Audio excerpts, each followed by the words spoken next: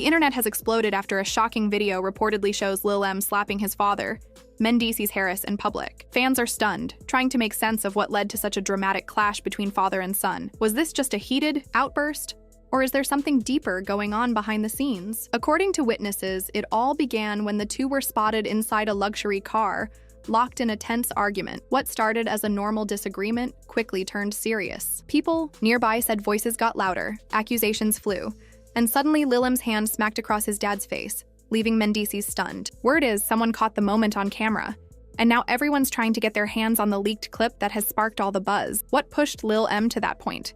Did Mendeecees say something that crossed the line? Or is this about years of built-up tension? Inside that car, things were clearly intense. Mendeecees was gripping the steering wheel so tightly his knuckles turned white. Lil M sat beside him, jaw locked, frustration in his eyes. The mood had shifted fast. What may have started as an attempt to talk turned into a storm of unresolved issues and old emotions. "You never listen," Lil M said quietly but firmly, shaking his head. "You always think you know what's right for me, but you never did." Mendeecees let out a deep breath. "That's not fair," he responded, his voice low but tired. "I've been trying to do right by you. Being a father isn't easy, especially with everything that's happened." Lil M turned away, staring out the window, lost in thought. The city lights outside blurred past, but his mind was elsewhere. He was thinking about the times his father wasn't around, when he had to figure life out without him, while Mendeecees was busy raising another family with The memories stung. "Don't even go there!" Lil M snapped. "You talk about being a dad, but where were you when I had to grow up alone because you weren't there?" Mendeecees stayed quiet for a second, then spoke softly. "I did what I had to do. I was handling business, trying to make sure you had everything. Maybe I wasn't always present, but don't say I didn't care." Lil M turned back toward him, his voice sharp. "You always say that, but your words don't match your actions. You want me to just forget everything?" Mendeecees rubbed his face, looking worn down. "No," he admitted. "I don't expect you to forget. But can't we try to move forward?" For a moment, there was silence, just the soft hum of the engine and the sounds of the city outside. But it wasn't a peaceful silence. It was the kind that hangs heavy, waiting to break. Lil M let out a bitter laugh. "Move forward? How? You won't even own up to what you act like I'm supposed to just let it." Mendeecees was losing his patience now. "You don't think I've taken responsibility? You think I haven't tried to fix things? You know what your problem is," Lil M said, his voice low and intense. "You think doing better now erases what happened before.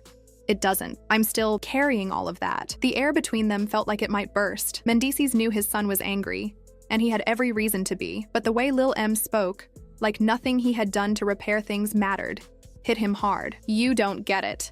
That's when it happened." Mendeecees rolled his eyes, brushing off his son's anger with one simple gesture, and in that split second, Lil M reacted.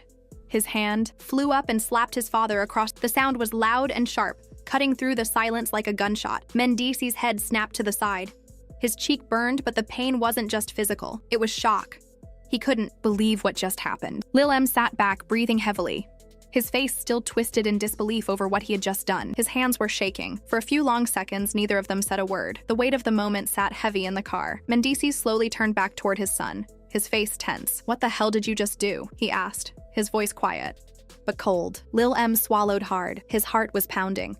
He had acted without thinking, fueled by years of emotion. He opened his mouth to speak, but nothing came out. What could he say? That he didn't mean it? That would be a lie. Mendeecees let out a dry laugh, shaking his head in disbelief. "So that's how it is now? That much hate in your heart for me?" Lil M's chest tightened. "Hate? Was that what this was?" "No, that wasn't it. This isn't about hate," he said quietly. "It's about you never really hearing me." "Oh, I hear you loud and clear," snapped.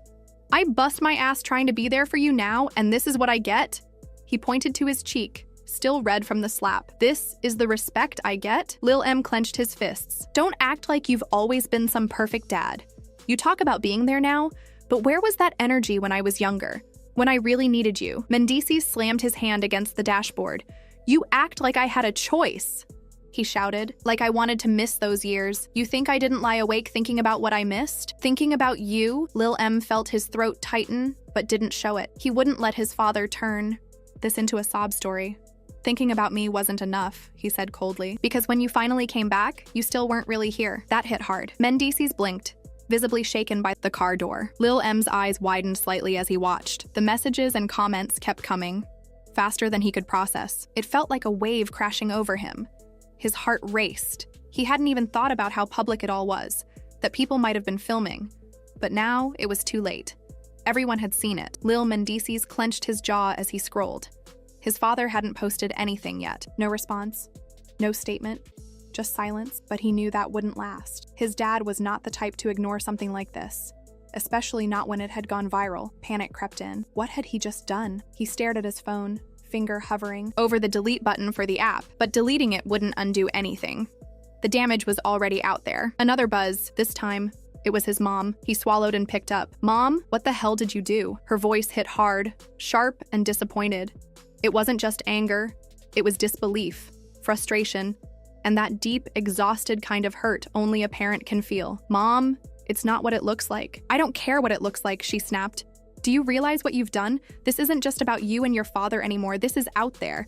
10 has reached out for a statement. The Shade Room posted it. My phone hasn't stopped ringing. People want answers. About you, about your father, about us." His throat tightened. He hadn't thought about how it would affect her too. "You didn't mean it?" she said with a bitter laugh. "You think that makes it better?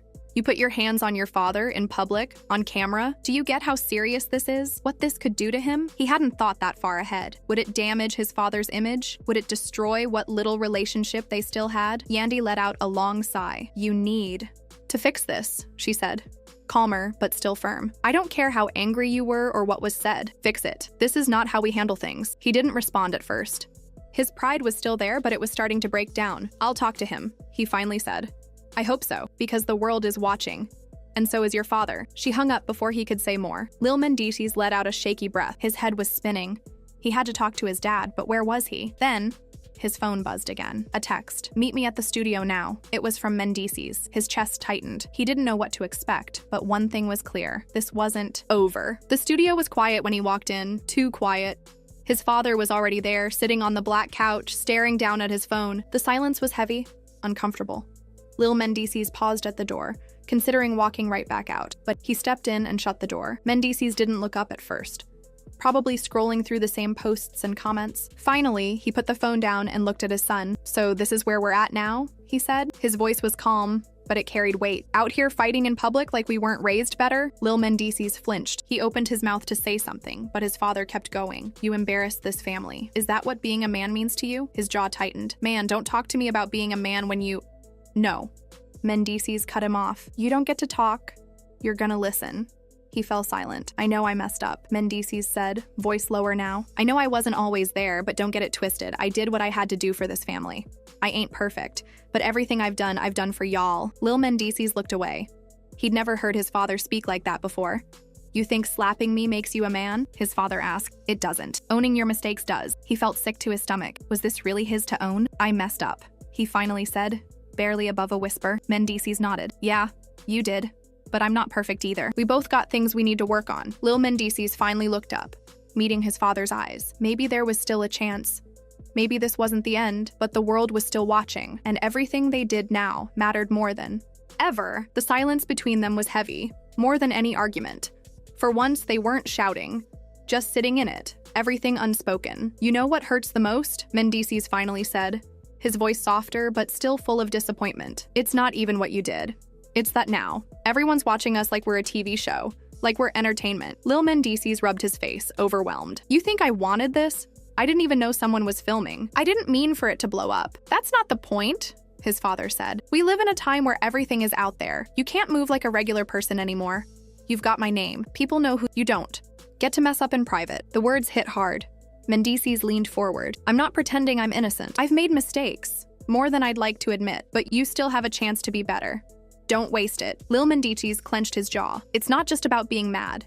It's about respect. You think just because you're my dad, you automatically get it? Respect goes both ways," his father said. "You hit me like I was just some guy, like I wasn't the one who raised you." Lil Mendeecees felt his anger fade. All that rage he'd held onto suddenly felt empty. A knock at the door broke the moment. They both turned. "You expecting someone?" Mendeecees asked. Lil Mendeecees shook his head. "No." Mendeecees stood and opened the door. It was Yandy, and she did not look happy. She stepped inside, eyes bouncing between them. "Are you two serious right now?" she asked, arms crossed. "I can't go anywhere without someone asking about that video. Do you know how messy this looks?" "We're handling it," Mendeecees said. "Handling it?" she snapped. "Letting the internet make up their own version of the story? Letting everyone think your son's out of control and you're just taking it? That's handling it?" Lil Mendeecees shifted uncomfortably. "Mom, I know—" "Don't mom me," she cut him off. "You both messed up. Sitting here in silence isn't fixing anything. You need to make a statement." They exchanged glances. "A statement?" Mendeecees repeated. "You mean like a video?" Yandy rolled her eyes. "I don't care how long it takes, but you two need to pull it together. You're acting like none of this matters. Like you don't care about each other, or how this looks." Lil Mendeecees felt a knot in his chest. He did care, but how? Was he supposed to fix years of pain with just words? He thought about the fight, the slap, the resentment that had built up over time. It was never just about that one moment. It was everything before it. He sighed. "So what do we do?"